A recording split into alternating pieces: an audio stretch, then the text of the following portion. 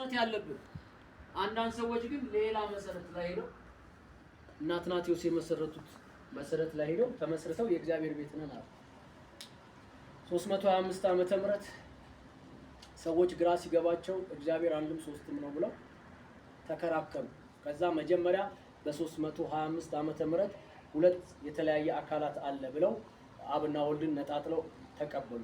ይሄ የኒቂያ ጉባኤ ይባላል። በኒቂያ በስብሰባ በጉባኤ በውሳኔ ነው ሁለት አካል የተጀመረው። ከዛ 451 አካባቢ ደግሞ ለስንት ዓመት ቆይተው መንፈስ ቅዱስን ሶስተኛ አካል አድርገው ምን አረጉ? አስገቡ። ስንት የተለያየ ፐርሰናል አሉ፣ ሶስት የተለያየ ፐርሰናል አሉ። ከዛ ራሳቸውን አባት ብለው ጠሩ። የምን አባት?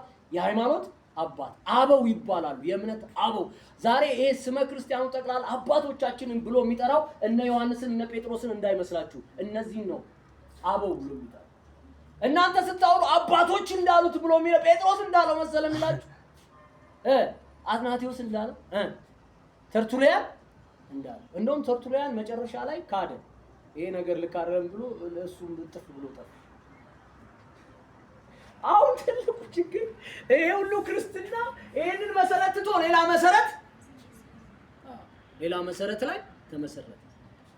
ስለዚህ የሐዋርያትና የነቢያት መሰረት ሐዋርያት ሥራ ምዕራፍ 2:38 ዮሐንስ 14:3-11 ከዚህ በኋላ ሐዋርያትና ነቢያት የሰበኩትን ያስተማሩትን ትምህርት እዛ ላይ ነው የምንታነጸው። ለምሳሌ እዚህ ጋር 15 ሰዎች አላችሁ። ታዲዮስ እዚህ ጋር አለ፣ ከዛ ተስፋውን እዚህ ጋር አለ፣ ከዛ ያምላክ ከዛ ምንድነው በቃሉ ደምስ እያለ ከዛ ነው ያለው። በቃ እዚህ ላይ ነው የምንመሰረተው። አሜን።